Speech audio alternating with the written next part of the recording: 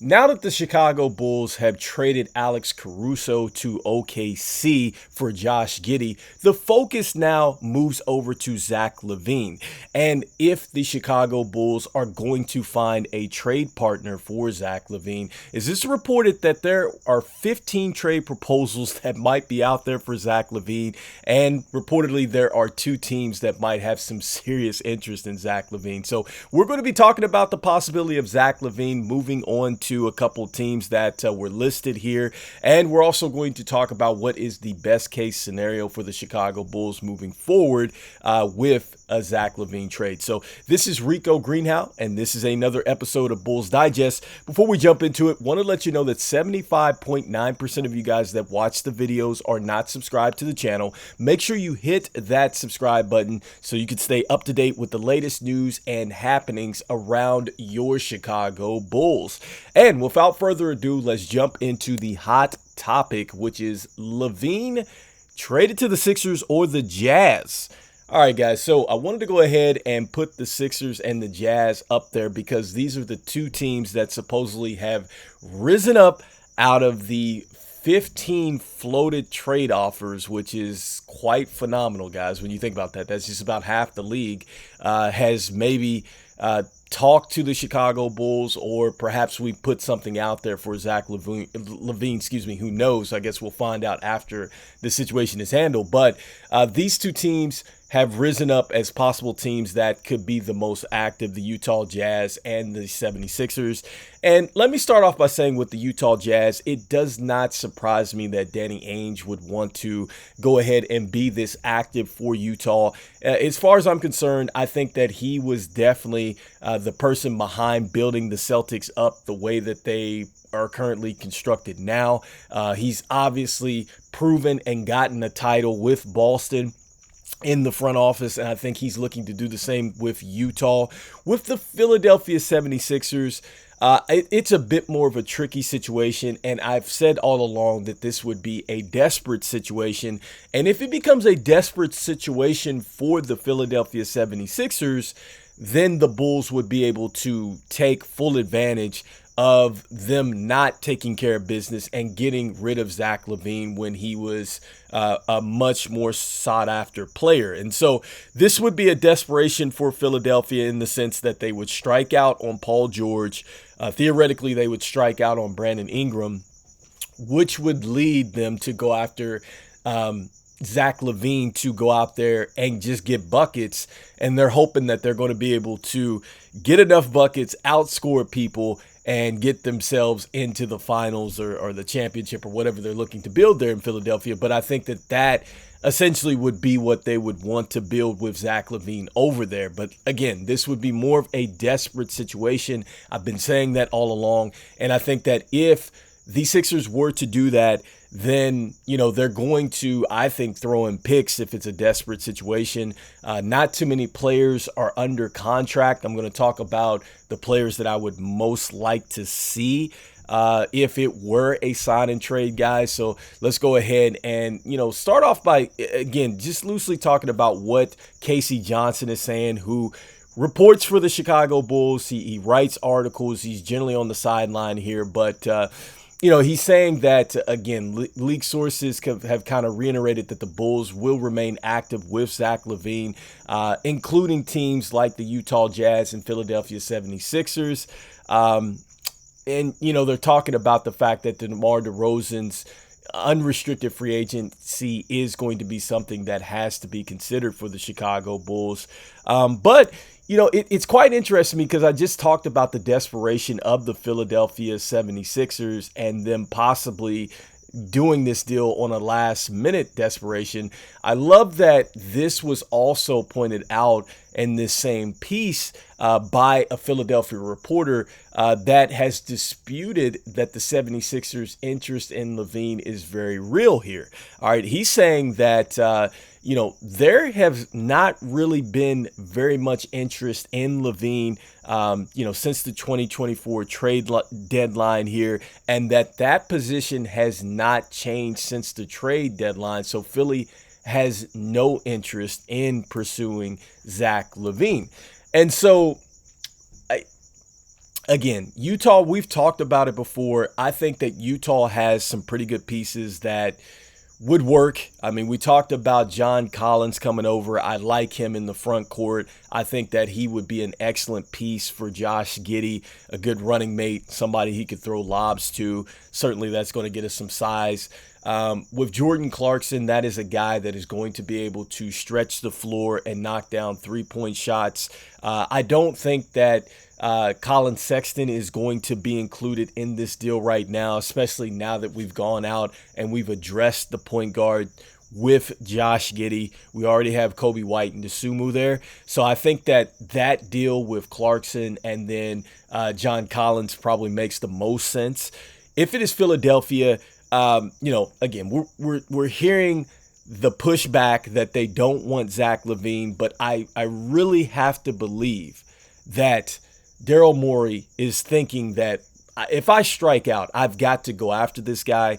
And I think that if it does come down to desperation hour and the Philadelphia 76ers have to do this deal, I do believe some picks are going to come our way. For the Chicago Bulls, it would certainly work out in that favor. I would love to see them possibly get a guy like Kelly Oubre over if it were a sign and trade deal. I'm sure that's probably very unlikely, but I would say I would like to get a guy like that. Why? Here is a wing that plays defense, that can knock down threes, and he is willing to run the floor. That's perfect for a guy like Josh Giddey, Kobe White, and this is a team where we struggled to get a lot of transition baskets. We need to get that type of personnel. I feel like Kelly Oubre would be a guy that does fill that void. I know that they've talked about DeAnthony Milton coming over as well. He's a tough defensive player. I think more of a 3-and-D type of player. Not sure with the transition kind of deal, but he will knock down some shots, so he is going to help with floor spacing, so we do need that. So I think that, he certainly would be a guy that I would take. With Reed, their backup center there, I think that that's certainly going to help us. We're probably going to lose Drummond at this point in time, and the Bulls need to get solid at the center position. They need to start beating some people up on the rebounds. They need some interior defense as well, guys. So I think that, Reed and his length would probably help out the Chicago Bulls. These are players that I certainly would be interested in, guys. And so, just off those particular teams, I think that those are deals that perhaps would work. With teams that have been floated out there, right? Those 15 teams. I'm going to revisit a team that recently came up, like the Kings. And guys, I'm going to throw up something that this included Alex Caruso, and obviously Alex Caruso's moved on, but just looking at some of the compensation that the Chicago Bulls possibly could get back.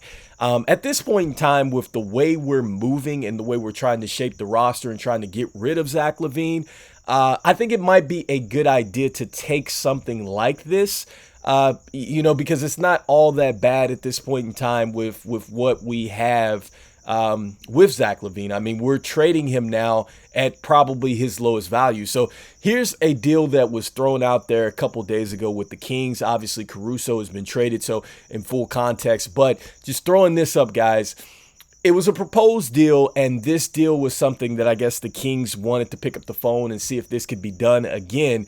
But they're wanting to send over Harrison Barnes, Kevin Huerter. They wanted to send us the 45th pick in this year's 2024 draft, which I actually like that a lot, and the 2025 second-round pick from Portland. They were going to do it in exchange for Zach LaVine and Alex Caruso, but I'm wondering, is it still a deal possibly where we could maybe, throw in a Javon Carter or somebody like that and get this deal done where we can get Zach LaVine moved over for a guy like Huerter and Barnes? Because I think that if we were to get a Kevin Huerter, he reminds me a lot of Kurt Heinrich, so I like his game a lot. I know he took a little bit of a dip here last season, but I think that was due to injuries. Harrison Barnes has won a title before with the Golden State Warriors. You know how I've talked about this on the channel before, how I love that. And then I love the fact that we would get a pick the 45th pick in the 2024 draft, guys. I think that I've said this several times on the channel as well, that I feel like there's some real value in the second round. I think that you're going to get some players that certainly could be steals there. I talked about, Dunn, which is a guy that, he's supposedly a defender. He reminds me a lot of Malcolm Brogdon. And here's the guy that I was like, man, I would love to take, that guy, if he's available. He might slip out of the first round and he might be available at a pick 45. So I just think that this is a way for the Chicago Bulls to not only compete right now, but they're also going to get off of LaVine. They can go ahead now and they can start to build some more younger pieces to go along with this thing. And if they believe in Giddey, like they say they believe in Giddey, then they're going to have to get the personnel right around him, right? Because that's the whole deal with Giddey now. He's going to be able to get up and down the floor in transition, probably might be one of the best passers out there in the league. You're going to have to fill out some different positions, guys, whether it's going to be the bigs that run or more athletic.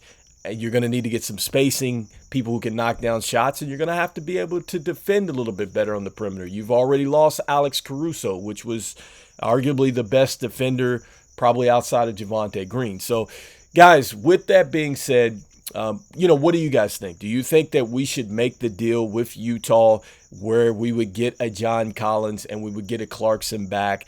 Do you feel like Philadelphia is going to eventually make a deal with us that would include picks, and we would be able to get a guy like Oubre to come over? Do you feel like, Reed would come over, their backup center? Like, do you feel like these are pieces that you would be absolutely interested in with when it comes down to Philadelphia? Or that last deal that I threw up, are you more interested in saying, hey, let's get some decent players back that can help us compete right now, but more importantly, let's get some draft assets back. We can start to rebuild and get maybe a sleeper in the second round, and then we have something going into 2025, guys. So let me know in the comments what you guys think. Even though we have a player that we know we've had to trade for quite some time, and pretty much we are going to probably propose a trade to all 30 teams before we make a deal, and we have no idea what we're going to do. I'm still saying go Bulls, guys. I'll see you guys on the next one. Peace, peace, peace, guys. Peace.